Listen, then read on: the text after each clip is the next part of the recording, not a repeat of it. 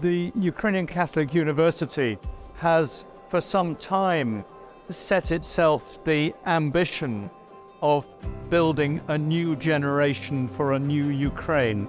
And this will be all the more important after the war, when Ukraine has to rebuild, has to reconstruct so much that has been lost. Ukraine is fighting not only to defend Ukraine and its own people and its own land, but for freedom and democracy throughout Europe. We're all facing this threat. We need to help Ukraine. Well, I think the most important that we can do at this very moment is education. And education, especially in times of war, means that we have to plant new ideas in people's mind. And I especially admire the fight for freedom of the young people at Maidan, which I have seen. And I think this is something very important to support. It's not only the fight for freedom to do what I want, but in a very deep sense, the fight for a freedom that means to develop a person as it is. And I would like to contribute to that. And so I'm very proud to be part of that. Fundacja Ukraińskiego Uniwersytetu Katolickiego jest reprezentantem uniwersytetu na terenie Polski i w dużej mierze na terenie Unii Europejskiej. Uruchamiamy filię, która nie będzie pełnić roli dydaktycznej, ale będzie swego rodzaju szefnicą kultury ukraińskiej, a równocześnie będzie starała się być łącznikiem pomiędzy Ukrainą i Unią Europejską. Ukrainą, czyli miejmy nadzieję przyszłym członkiem Unii Europejskiej. Ми до війни мали тут біля 100 тисяч українців. Тепер так говориться про 300 тисяч українців. Напевно, вчорашня зустріч владики Бориса з випускниками в більшості хіба Українського католицького університету показало, що є якась групка людей, яка готова якось співпрацювати і нав'язати контакт.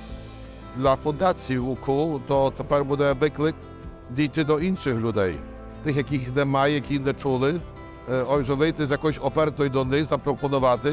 Це може бути співпраця на площині науковій, патріотичній, громадській, суспільній. Українців у Вроцлаві дуже багато, в Польщі загалом є дуже багато.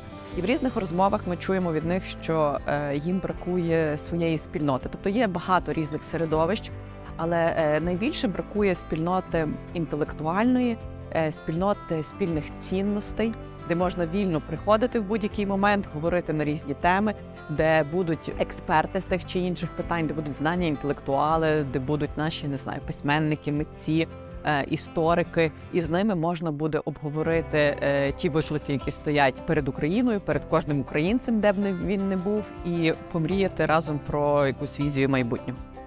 Najpierw chciałbym wszystkim podziękować za przybycie, że jesteście razem z nami w ten dla nas bardzo ważny dzień. Ważny dlatego, że my oczekujemy, że on będzie początkiem pięknej przygody, która dla nas wszystkich będzie takim momentem, że my przejdziemy od różnych rozmyślań i gdzieś rozmów do bardzo konkretnej działalności. Дорогі браті і сестри, я вас заохочую тут в Вроцлаві. Єднайтеся, моліться, приходьте до церкви. Сьогодні ми маємо тепер центр УКУ, Українського католицького університету в Вроцлаві. Нехай він сприяє вам, а ви сприяєте йому, щоб ми були разом, щоб та солідарність, яка необхідна в час війни, і яка ще буде більш потрібною після війни, буде нашою. Майбутнє ваше. Божа правда переможе. І ви є Божі руки, Божі очі, Боже благословення.